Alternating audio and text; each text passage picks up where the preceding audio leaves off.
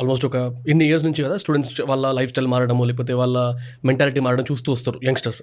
ఇంత ముందుకు ఒక 15 ఏళ్ళ కింద ఉన్న యంగ్స్టర్స్ మెంటాలిటీకి ఇప్పుడున్న యంగ్స్టర్స్ మెంటాలిటీకి ఇప్పుడు ఎక్కువ కంఫర్ట్ కావాలి లేకపోతే షార్ట్ కట్స్ కావాలి సక్సెస్కి, ఇలాంటి వాళ్ళ ఈ డిఫరెన్స్ని చూసారా సార్? ఇప్పుడు మాట్లాడతారు స్టూడెంట్స్ స్మార్ట్ ఉన్నారు, షార్ప్ ఉన్నారు. అవునా? అవును. రోజు వచ్చే జనరేషను ఇప్పుడు నీకు ఇంకోటి తెలియదు. ఇప్పుడు నువ్వు నా కొడుకు అంత ఏజ్ ఉన్నావు అనుకో. ఇప్పుడు నాకు ఒక 7 ఏళ్ళ మన్మడు ఉన్నాడు. నా మన్మడు ఇప్పుడు అందరికంటే ఎక్కువ స్పీడ్ ఉన్నాడు వాడు.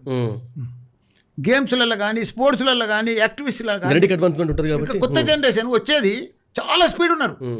ఇప్పుడున్న స్టూడెంట్స్ కూడా చాలా స్మార్ట్ ఉన్నారు, పర్ఫెక్ట్ ఉన్నారు వాళ్ళు.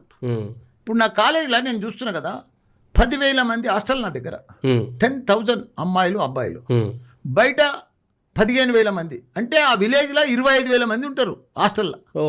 అయినా ఎంత డిసిప్లిను, ఇంత ప్రాబ్లం రాదు, ఒక పంచాయతీ రాదు. ఏళ్ళ సంది చూస్తున్నా ఇంత గడబడి కాదు. సింగిల్ రూమ్లలో కూడా నలుగురు ఉంటారు.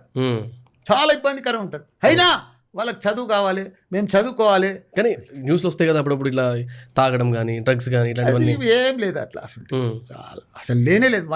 నేను ఈరోజు నువ్వు 50,000 మంది స్టూడెంట్స్, అది అంత ఈజీ కాదు. ఒక ఇంట్లో 6-7 ఉంటేనే 3 యారన్లు 3 అన్నదమ్ములు ఉంటేనే రోజు పంచాయతీ అవుతుంది. యాన్నో తానా పిల్లల తానా పేవల తానో పంచాయతీ అవుతుంది. ఇంతమంది పిల్లలు, 10,000 మంది టీచర్లు, ఇంత పెద్ద ఆర్గనైజేషన్లు, ఇంత పెద్ద హాస్టల్స్ ఉండంగా కూడా ఇంత గడబడి కాదంటే ఎంత డిసిప్లిను. అంటే కొంతమంది అంటారు సార్ అయితాయి కానీ బయట రానియరు అని. చీ అదంతా మామూలుగా ఉంటూనే ఉంటుంది. అది అవుతుంది బయటికి అది అంతా.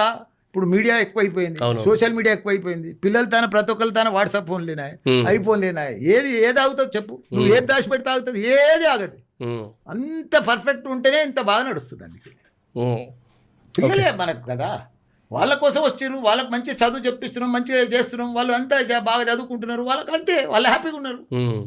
వాళ్ళకి ప్రాబ్లం వస్తేనే కదా పంచాయతీ వచ్చేది.